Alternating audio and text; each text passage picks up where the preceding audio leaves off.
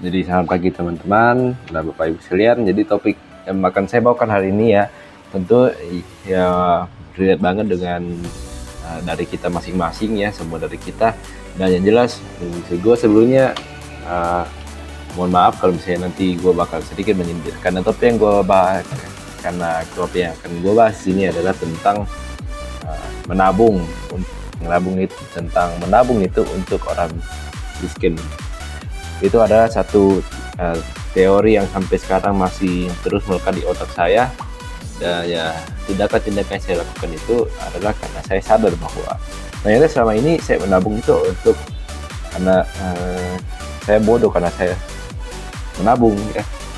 Jadi di sini saya akan sedikit jelaskan tentang menabung ya, dan kenapa menabung itu untuk orang bodoh. Yang pertama kita masuk ke teorinya.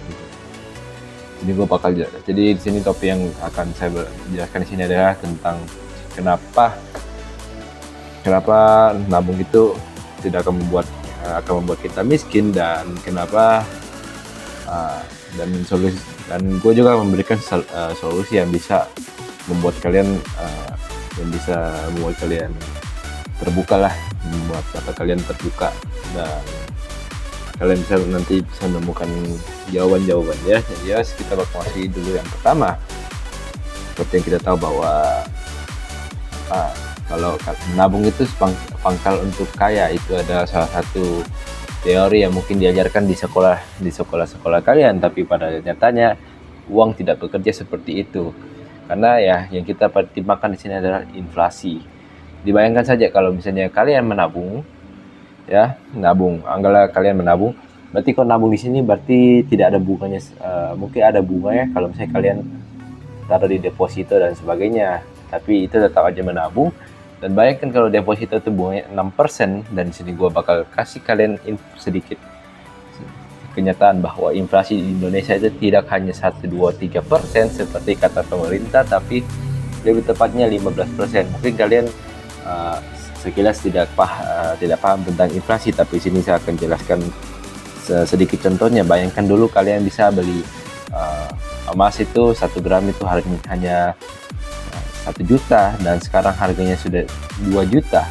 Jadi kalian bayangkan saja itu duit dulu 500.000 udah bisa pakai beli emas 1 gram. Sekarang 1 juta itu buat apa? Nggak bisa beli emas 1 gram. Bayangkan hanya setengah gramnya doang ya. Jadi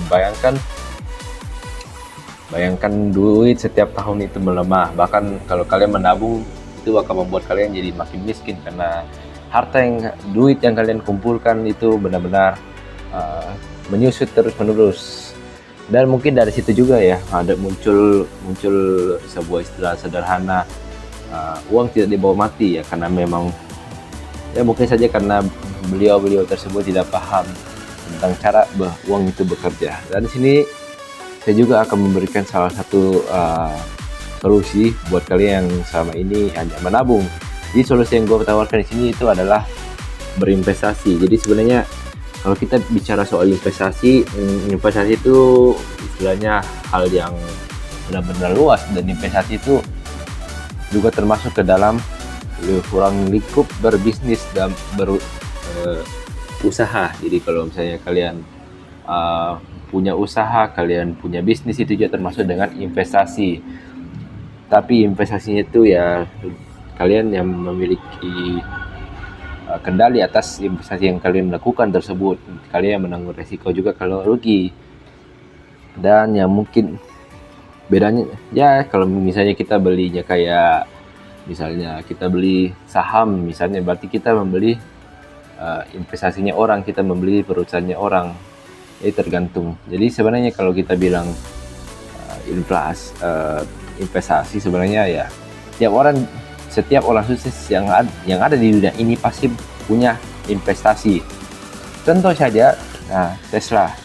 Kalian tahu gajinya Elon Musk itu berapa? 0 ya. Jadi Elon Musk tidak dibayar sepeser pun dengan duit, tapi dibayar dengan kepemilikan, dengan lembaran saham yang perusahaannya Tesla. Itulah contoh singkatnya. Jadi ya sebenarnya Di sini gue mau terang-terangan juga sih bahwa dengan kalian dengan digaji dengan saham juga itu ya, seorang Elon Musk bisa menghindar dari pajak, dan itu sangat miris. Kalau kalian tahu ini ya pasti kalian udah demo. Jadi ya seperti itulah seluk-beluknya dunia investasi. Tapi yang pasti satu hal yang perlu kalian ketahui bahwa yang namanya investasi itu pasti ada resikonya. Tapi kalau misalnya kalian tanya soal resiko, bahkan kalian hidup di tempat ini juga kalian ada resiko meninggal. Misalnya tiba-tiba dari atas itu ada turun bom atom ke Indonesia lah misalnya, masih ada resiko bahwa saat ini Amerika sedang menjatuhkan bom nuklir ke Indonesia dan kalian tidak tahu ya. Tapi yang jelas itu tetaplah setiap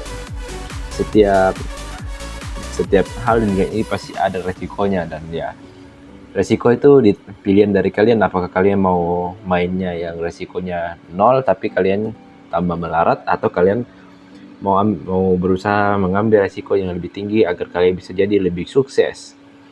Jatuhnya lebih sakit tapi sekalinya sukses luar biasa hasilnya ya. Jadi itu dia pilihan dari kalian ya. Jadi ya mungkin pesan dari hari ini adalah mulai berinvestasi. Kalau kalian tidak bisa berinvestasi dalam bentuk duit, ya sudah berinvestasilah pada diri kalian sendiri dulu. Ya misalnya dengan pelajaran seni komunikasi publik ini, kalian belajar melatih public speaking kalian ya. Nah mungkin sekian dulu buat hari ini guys. Jadi ingat, jadi ya sekali lagi kalau misalnya setelah ini kalian masih nabung ya berarti kalian orang miskin ya. Sekian dan terima kasih.